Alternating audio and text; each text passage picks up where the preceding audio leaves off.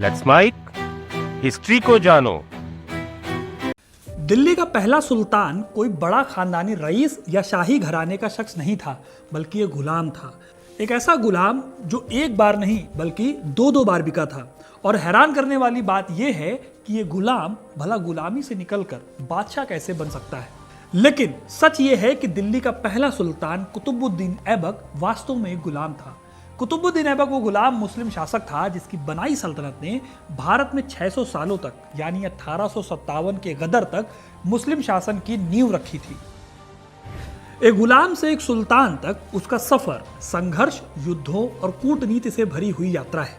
इसीलिए आज इसी गुलाम की कहानी मैं आपको सुनाने वाला हूं। कैसे उसने हिंदुस्तान आने से पहले गुलामी के दिन काटे, कैसे एक के बाद एक खरीद फरोख्त के सिलसिले में कुछ ऐसा होता है कि उसकी किस्मत खुलती है और हिंदुस्तान की गद्दी उसकी झोली में आ गिरती है। कैसे वो मोहम्मद गोरी का इतना खास बन गया कि गोरी ने खुद सुल्तान बनने की बजाय अपने गुलाम को कुतुबुद्दीन ऐबक को भारत का शासक बना दिया। ये सब जानेंगे इस वीडियो में, तो एंड तक बने रहिएगा, क्योंकि अपना इतिहास नहीं जानोगे तो खुद को कैसे पहचानोगे। दोस्तों, कुतुबुद्दीन ऐबक साल 1206 में दिल्ली का सुल्तान बना। वो दिल्ली का पहला सुल्तान था और बड़ी बात है कि वो एक गुलाम था। इसीलिए जब वो सुल्तान बना तो ना ही उसने खुतबा पढ़वाया और ना ही सुल्तान की उपाधि अपनाई, और अपने नाम से उसने कोई सिक्का भी जारी नहीं किया था, क्योंकि वो अपने मालिक मोहम्मद गोरी की गुलामी से अभी भी आज़ाद नहीं था। उसको ये आज़ादी मिलती है साल 1208 में। तब जाकर उसने खुद को सुल्तान कहा और अपने नाम के सिक्के बनवाए। लेकिन दोस्तों, एक गुलाम सुल्तान कैसे बन गया, जबकि कुतुबुद्दीन ऐबक से पहले करीब 500 सालों तक भारत पर अरब और सेंट्रल एशिया से हमले हो रहे थे। इन हमलों में कोई कामयाब भी नहीं हो पा रहा था। मोहम्मद बिन कासिम से लेकर महमूद गजनवी तक और फिर मोहम्मद गोरी भी भारत पर हमला तो करता है, लेकिन एक परमानेंट रूल इस्टेब्लिश नहीं कर पाते ये लोग। फिर एक गुलाम ये कर पाने में कामयाब कैसे हो गया, इसके लिए हमें इतिहास में पीछे जाना होगा और कुतुबुद्दीन ऐबक की कहानी को जानना होगा। वो गुलाम कैसे बना और भारत कैसे पहुंचा। दोस्तों, कुतुबुद्दीन ऐबक का जन्म साल 1150 में मध्य एशिया के तुर्किस्तान में एक तुर्की परिवार में हुआ था। वैसे तो तुर्की भाषा में ऐबक का मतलब चंद्रमा का स्वामी या मालिक होता है, और कहा जाता है कि इस कबीले को ये उपनाम इसकी खूबसूरती के कारण मिला था। यानी कि इस कबीले के लोग, चाहे वो महिला हो या पुरुष, दोनों ही बहुत खूबसूरत होते थे। खैर, जहां कुतुब पैदा हुए वहां पर पहले गुलामों का ट्रेड का चलन था। उस दौर में दासों को अच्छी खासी ट्रेनिंग दी जाती थी और फिर उन्हें राजा के हाथों बेच दिया जाता था। ये गुलाम राजा के काफ़ी खास भी होते थे। पद्मावत मूवी अगर आपने देखी है तो उसमें अलाउद्दीन खिलजी का सबसे खास सेनापति मलिक कफूर एक गुलाम था। कुतुबुद्दीन ऐबक भी ऐसा ही एक गुलाम था। ये गुलाम वेस्टर्न वर्ल्ड से बहुत अलग होते थे। जामिया मिलिया इस्लामिया यूनिवर्सिटी में इतिहास की असिस्टेंट प्रोफेसर रहमा जावेद राशिद के हिसाब से मुस्लिम शासनकाल में गुलाम का कॉन्सेप्ट रोमन एम्पायर के बाइजेंटाइन गुलाम की कॉन्सेप्ट से बिल्कुल अलग था। यहाँ कई बार गुलाम अपने राजा के उत्तराधिकारी की हैसियत भी रखते थे। जैसे अगर आप बाहुबली मूवी देखें तो जो हैसियत कटप्पा की हुआ करती थी एक गुलाम के तौर पर, वैसे ही कुछ हैसियत कुतुबुद्दीन ऐबक की भी थी। उसके पास अपनी सेना भी थी और वो सेनाओं का कमांडर भी होता था। लेकिन कुतुबुद्दीन ऐबक एक गुलाम के तौर पर आखिर मोहम्मद गौरी के दरबार में पहुंचा कैसे? तो दोस्तों, तुर्किस्तान में कुतुबुद्दीन ऐबक का परिवार रहता था। उनके परिवार ने कुतुबुद्दीन को एक व्यापारी के हाथों बेच दिया। फिर इस व्यापारी ने निशापुर के काजी फखरुद्दीन अब्दुल अजीज कूफी को बेच दिया। अब्दुल अजीज की शरण में रहकर कुतुबुद्दीन ने मिलिट्री और इस्लाम दोनों की ट्रेनिंग और पढ़ाई की। कुतुबुद्दीन काफ़ी तेज थे, इसलिए जल्दी ही वो धर्म और मिलिट्री दोनों में एक्सपर्ट हो गए। तबकाते नासिरी नाम की इतिहास की किताब में मिनहाजुल सिराज ने लिखा है, कुतुबुद्दीन ने काजी फखरुद्दीन की सेवा के साथ उनके बेटों की तरह कुरान की शिक्षा हासिल की और घुड़सवारी, तीरंदाजी की भी ट्रेनिंग ली। इसलिए कुछ ही दिनों में वो माहिर हो गए और उनकी तारीफ हर जगह होने लगी। लेकिन दोस्तों, उनकी किस्मत अच्छी नहीं थी। फखरुद्दीन की जल्दी ही मृत्यु हो गई, जिसके चलते कुतुब के ऊपर दुखों का पहाड़ टूट पड़ा। फिर काजी फखरुद्दीन के बेटों ने उसे एक बार फिर से एक दूसरे व्यापारी को बेच दिया। इस बार ये व्यापारी कुतुब को गजनी के गुलाम बाजार में लाया, जहां उसे अपना नया मालिक मिला, मोहम्मद गोरी। मोहम्मद गोरी कभी एक सेनापति हुआ करता था, लेकिन बाद में वो गोरी साम्राज्य का सुल्तान बन गया था। उसके पास कुतुबुद्दीन ऐबक जैसे हजारों गुलाम थे, लेकिन कुतुबुद्दीन ऐबक के अंदर एक ऐसी खासियत थी जिसने उसे मोहम्मद गोरी के बेहद करीब ला दिया। इस खासियत को लेकर एक दिलचस्प कहानी है जो कि तबकाते नासिरी में ही मिनहाजुस सिराज ने बताई है। वो लिखते हैं कि एक बार सुल्तान शहाबुद्दीन गौरी अफगानिस्तान के शहर और अपनी राजधानी गजनी में हुनरमंद लोगों के हुनर को देख रहे थे और उनके प्रदर्शन से खुश होकर उन्हें इनाम दे रहे थे। उसी रात को उन्होंने अपने गुलाम दरबारियों को भी खूब सारा माल असबाब देकर उन्हें माला माल बनाने का वो काम कर रहे थे। लेकिन इन गुलामों में से एक गुलाम ऐसा भी था जिसने दरबार से बाहर आने के बाद अपना सारा इनाम अपने से कम हैसियत वाले तुर्कों, पहरेदारों, सफाई करने वालों, गुलामों और दूसरे काम करने वालों को दे दिया। इस दान से कुतुबुद्दीन की खबर आग की तरह फैल गई। सुल्तान को जब यह खबर पता चली तो उसके मन में इस दरिया दिल इंसान के बारे में जानने की इच्छा पैदा हुई। उसे लगा कि आखिर ये उदार व्यक्ति है कौन। सुल्तान को बताया गया कि ये उनका गुलाम कुतुबुद्दीन ऐबक है। इस तरह ऐबक ने गोरी के दिल में जगह बना ली और वो सुल्तान के बेहद करीब आ गया। इस तरह एक काजी के घर गुलामी करने वाला गुलाम अब एक सुल्तान का दाहिना हाथ बनने चला था। गोरी ने ऐबक को अपने सबसे करीबियों में शामिल किया। ऐबक को सिंहासन और दरबार के बेहद इंपॉर्टेंट काम देने शुरू किए। जल्दी ही ऐबक का ओहदा साम्राज्य के सबसे बड़े सरदार का हो गया। गोरी ने उसे अमीर अखूर बनाया। अमीर अखूर का मतलब होता है शाही अस्तबल का दरोगा। यह पद बहुत इंपॉर्टेंट हुआ करता था। एक अमीर अखूर के पास करीब 1000 घुड़सवारों की सरदारी होती थी।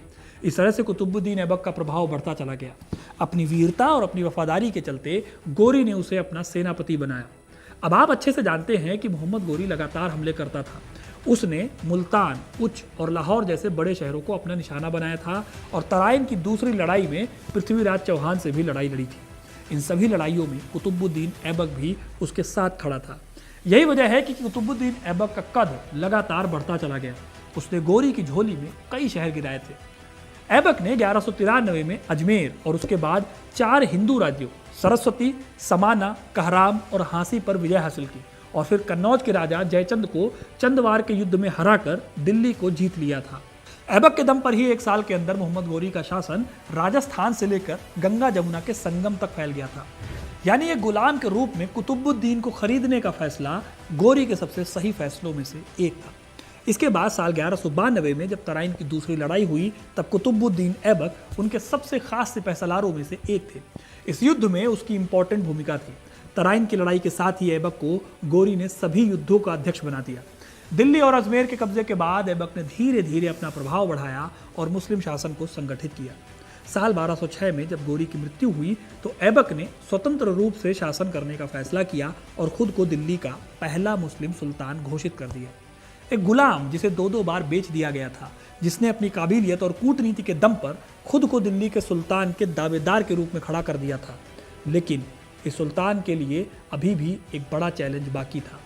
दरअसल मोहम्मद गोरी की मृत्यु अचानक हुई थी, इसीलिए वो अपना वारिस किसी को नहीं चुन पाए थे और यही वजह थी कि उनके जीवन में उनका जो गुलाम जहां पर भी जिस भी पद पर तैनात था वो वहां का शासक बन गया था। लेकिन ऐबक को अपनी पूरी सत्ता चाहिए थी, इसलिए उसने खेल खेलकर खुद को मोहम्मद गोरी का वास्तविक उत्तराधिकारी बना लिया। देखिए, गोरी की मृत्यु के बाद उसके 3 उत्तराधिकारी थे जो अलग अलग जगहों के शासक बने।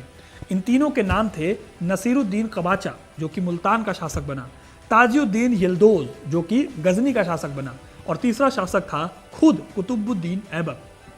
हालांकि इतिहासकारों का मानना है कि एक चौथा गुलाम बख्तियार खिलजी भी था, लेकिन उसने खुद को इस झगड़े से अलग रखा और बिहार और बंगाल की ओर जाकर उसने खुद को वहां का शासक घोषित कर दिया। वैसे दोस्तों, ये वही बख्तियार खिलजी है जिनके ऊपर आरोप लगता है नालंदा यूनिवर्सिटी को जलाने का। खैर, तीनों की लड़ाई में ऐबक की जीत हुई और इस जीत के चलते 25 जून साल 1206 को लाहौर के किले में ऐबक की ताजपोशी की गई। हालांकि हैरानी की बात है कि दिल्ली के पहले सुल्तान ने ना तो सुल्तान की उपाधि अपनाई थी और ना ही अपने नाम से उसने कोई सिक्का जारी किया था। सबसे बड़ी बात, उस दौर में जो खुतबा पढ़ाया जाता था जिससे पता चलता था कि सुल्तान की ताजपोशी हुई है, वो भी कुतुबुद्दीन ऐबक ने नहीं पढ़वाया था। इसके पीछे इस्लामिक स्कॉलर मोइन अहमद निज़ामी बताते हैं कि यह इसलिए हुआ क्योंकि अभी भी सुल्तान बनने के बावजूद भी कुतुबुद्दीन ऐबक सिर्फ एक गुलाम था, उन्हें किसी ने आज़ाद नहीं किया था। फिर सुल्तान बनने के 2 साल बाद 1208 में वो गजनी की यात्रा पर गए और 40 दिनों की यात्रा के बाद उन्होंने खुद को मोहम्मद गोरी का उत्तराधिकारी घोषित कर दिया और तब साल 1208 में उन्होंने सुल्तान की उपाधि धारण की। सुल्तान बनने के बाद ऐबक ने दिल्ली में कुतुब मीनार का निर्माण शुरू कराया, जो उनके बाद इल्तुतमिश के दौर में जाकर तैयार हुई। ये दुनिया की सबसे ऊंची मीनार है जिसमें 5 मंजिलें हैं और उन पर कुरान की आयतें खुदी हुई हैं। उसी समय ऐबक ने कुव्वतुल इस्लाम मस्जिद का भी निर्माण कराया, जिसके अवशेष या खंडहर अभी भी कुतुब मीनार के आसपास देखे जा सकते हैं। फिर अजमेर में जीत के बाद उन्होंने 2.5 दिन का झोपड़ा भी बनवाया था। इसे नॉर्थ इंडिया की पहली मस्जिद कहा जाता है, जो आज भी मौजूद है और इसको लेकर हाल ही में कंट्रोवर्सी भी हुई थी। दोस्तों, कुतुबुद्दीन ऐबक सिर्फ 4 साल सुल्तान रहा, लेकिन उसने अपनी इमेज को काफ़ी अच्छे से डेवलप कर लिया था। ऐबक को लाल बख्श कहा जाता था, जिसका मतलब था लाखों दान करने वाला।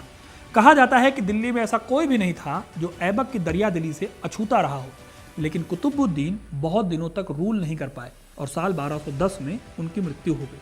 मिनहाजुस सिराज ने इस बारे में लिखा है कि जब मौत आई तो 607 हिजरी यानी कि 1210 ईस्वी में पोलो खेलते हुए कुतुबुद्दीन घोड़े से गिर गए। वो संभल पाते उससे पहले ही घोड़ा भी उस पर आ गिरा। इस बीच काठी के सामने का उठा हुआ हिस्सा उसकी छाती में घुस गया और उसकी मृत्यु हो गई।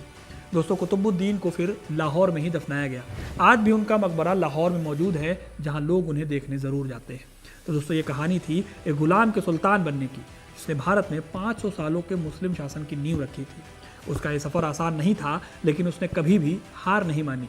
इसीलिए कुतुबुद्दीन ऐबक की कहानी सिर्फ एक गुलाम से सुल्तान बनने की नहीं है, बल्कि इंडियन हिस्ट्री में एक नए चैप्टर की शुरुआत की कहानी भी है। अब आपको ये कहानी कैसी लगी कमेंट करके ज़रूर बताइएगा। वीडियो को लाइक और शेयर करना ना भूलें और ऐसे इंटरेस्टिंग कहानियों के लिए, इतिहास से जुड़े रहने के लिए हिस्ट्री कनेक्ट को सब्सक्राइब जरूर करें। धन्यवाद।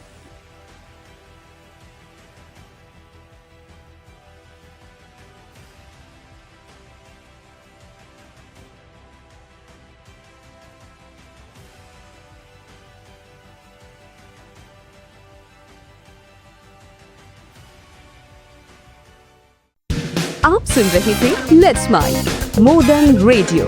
फॉलो कीजिए हमें हमारे सोशल मीडिया प्लेटफॉर्म्स पर।